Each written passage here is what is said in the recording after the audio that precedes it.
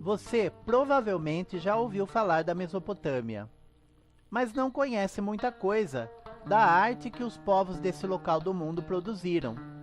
Quem foram essas pessoas? A arte que fizeram é bonita? É interessante? Vale a pena ser vista? Basta dizer que os egípcios e os gregos tiveram influência desses povos. E os mesopotâmicos também influenciaram muito um povo chamado de Hebreus, que escreveram um livro que você já deve ter ouvido falar, a Bíblia. Bem-vindo à aula 3 do curso História da Arte em 28 dias, Arte da Mesopotâmia. Mas os povos da Mesopotâmia não conheciam essa palavra. Mesopotâmia é uma palavra grega que quer dizer entre rios. No caso, entre os rios Eufrates e Tigre, um local que seria um deserto se não fosse por eles. Hoje, o local está parte no Irã, parte no Iraque, mas a influência cultural desses povos abrangeu todo o Oriente Médio. Nós vimos no final da aula 2 que no fim do Neolítico, a agricultura possibilitou ao ser humano fixar-se na terra. Várias técnicas, ferramentas e procedimentos surgiram nessa época. Uma delas foi a arquitetura. Outra foi a cerâmica. O que é a cerâmica? Ela surgiu como uma técnica de fazer recipientes de argila, barro, para armazenar, cozinhar e manipular alimentos. Depois foi estendida para outros usos, mas o uso principal é para potes, vasilhas, pratos, para guardar alimentos que sobram das colheitas, para serem usados nas épocas do ano em que não há alimento. Eu chamo a sua atenção para essas cerâmicas de 6.000 anos, encontradas numa cidade chamada Susa. Você viu os desenhos que decoram o vaso e o prato?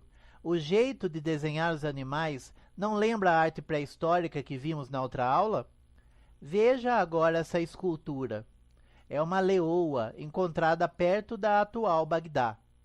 Alguma semelhança com a escultura pré-histórica de 40.000 anos? Ou mesmo com as pinturas de Chauvet?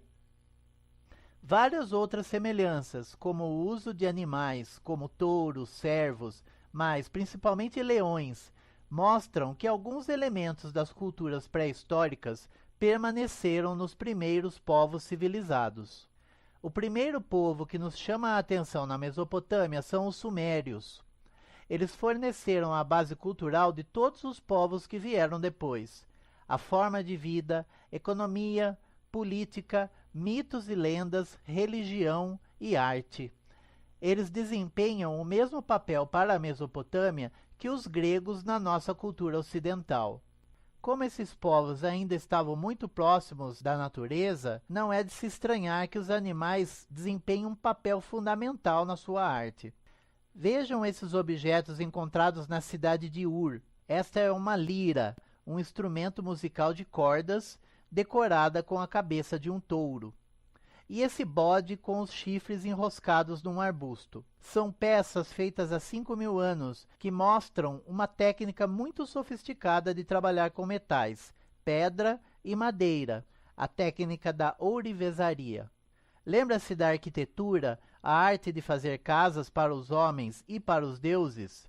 Pois é, o povo que construiu Stonehenge trabalhou com pedras. Na Mesopotâmia não havia pedras em quantidade suficiente, já que o lugar era um imenso lamaçal, um brejo imenso, por causa dos 2 rios. Isso era muito bom porque favoreceu a agricultura, mas para fazer casas ou monumentos para os deuses de pedra era muito mais difícil. Então, o que fizeram os sumérios? Deram um jeito de usar o barro para fazer casas, assim como fizeram com o barro para fazer recipientes de alimentos. Nasceram os tijolos. É com os tijolos de barro que os sumérios constroem os zigurates, as casas dos seus deuses. Supõe-se que a forma dos zigurates imitem uma montanha, que era o local sagrado dos deuses.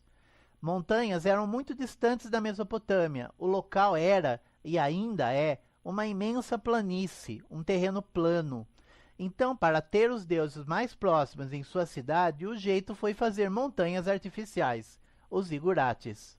O formato deles, pirâmides de degraus, deram a ideia para as primeiras pirâmides no Egito, que eram quase a mesma coisa, embora tivessem outra finalidade, a de abrigar os pertences e o corpo do faraó falecido. São os zigurates que provavelmente deram origem à história da Torre de Babel, que está na Bíblia.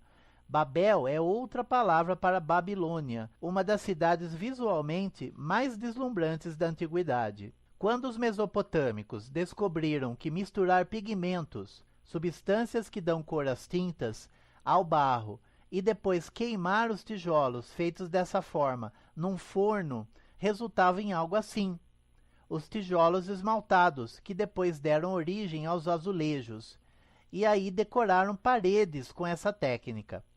A porta de Shtar, que fazia parte da muralha que protegia a cidade da Babilônia, é um exemplo belíssimo do uso desses tijolos. Lembram-se também da ideia da representação?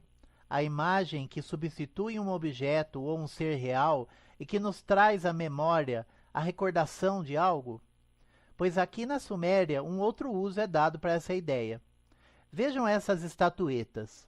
São representações de pessoas que rezam no templo. Era costume dos sumérios que no templo a imagem do deus não ficasse sozinha. Era necessário que 24 horas por dia ele estivesse acompanhado por um orante. O que as pessoas responsáveis por esse serviço tiveram a ideia? De colocar um representante no seu lugar. Daí a ligação entre a palavra representação e representante, uma estatueta que representasse a pessoa. Pronto! Estava lançada a ideia do retrato, uma imagem que representa uma pessoa. Pois os sumérios utilizaram essa ideia, e todos os povos que se seguiram, acádios, assírios, babilônios, persas, foram refinando essa ideia. Principalmente as pessoas de poder, sacerdotes e governantes. Vejam aqui então um rei sumério, um rei acádio e um rei assírio, de épocas diferentes. O rei da cidade de Lagash, Gudea, não tem nenhum traço fisionômico ou corporal particular. As proporções são de uma criança ou de um anão, mas isso não quer dizer que a estátua esteja retratando um governante infantil ou anão. Ainda não há preocupação ou habilidade de fazer um retrato fotográfico de Gudea. Basta mostrar que é um ser humano, no qual não falte nenhuma parte. Conferimos e vemos que tudo está ali: mãos, pernas, tronco, cabeça com olhos, nariz, boca, orelhas. A roupa é a roupa de um governante da época, e os cidadãos de Lagash certamente reconheceram as roupas condizentes com a sua posição social.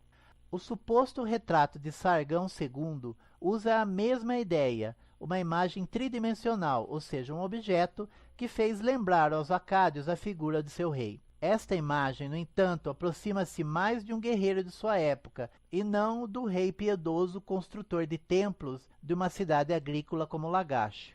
Há mais detalhes aqui, como se houvesse mais por lembrar. Talvez fosse mais importante trazer com mais detalhes a memória do rei, ou impressionar pelo perfeccionismo da confecção da barba e do cabelo.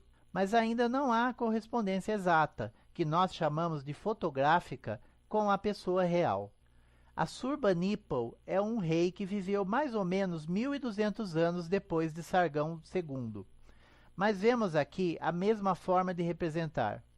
Embora alguns detalhes sejam diferentes, como o cabelo, não sentimos nesse retrato uma personalidade única, da mesma forma quando vemos o retrato de Sargão II. Sentimos, sim, pela pose séria, pela rigidez da posição do corpo, que seja uma pessoa que ocupa uma função importante, uma pessoa a quem devemos obedecer, alguém a quem só podemos nos dirigir de forma séria. Essa seriedade nós chamamos de hieratismo, uma forma de representação na arte que transmite severidade, passa a mensagem de que devemos levar aquela imagem a sério. O que era mais importante para os mesopotâmicos nesses retratos?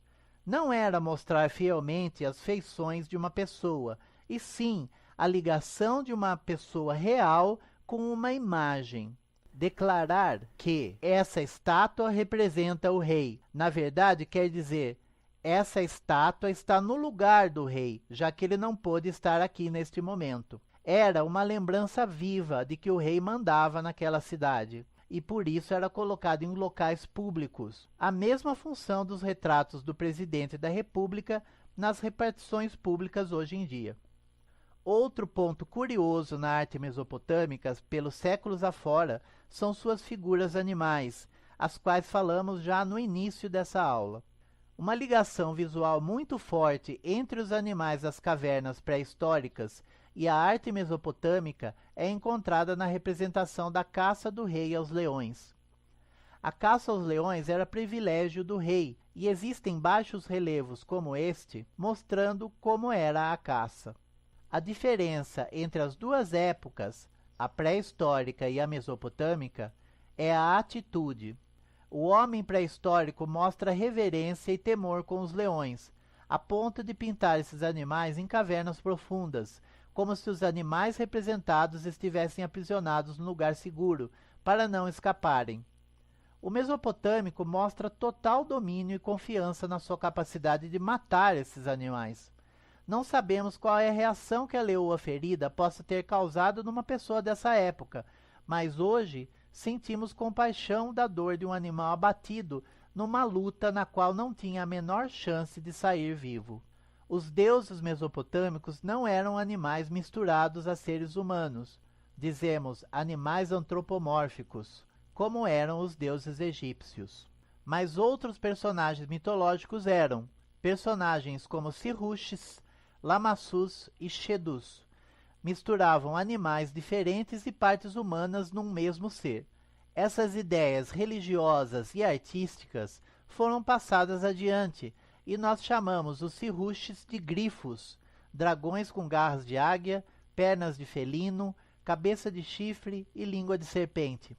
Os Lamassus e Shedus, seres com cabeça humana, corpo de leão e asas de águia, passaram aos egípcios e gregos como esfinges. Você viu rapidamente como os mesopotâmicos de todas as épocas expressaram-se em sua arte e tiveram ideias que foram desenvolvidas depois por outros povos bem diferentes, como os gregos, egípcios e hebreus. E a sua influência não acabou, pois a civilização que é a herdeira direta da Mesopotâmia ainda existe, a civilização islâmica. Amanhã veremos a arte da civilização do Egito, cuja cultura durou tanto quanto a da Mesopotâmia, pelo menos 5.000 anos. Muito obrigado e até lá!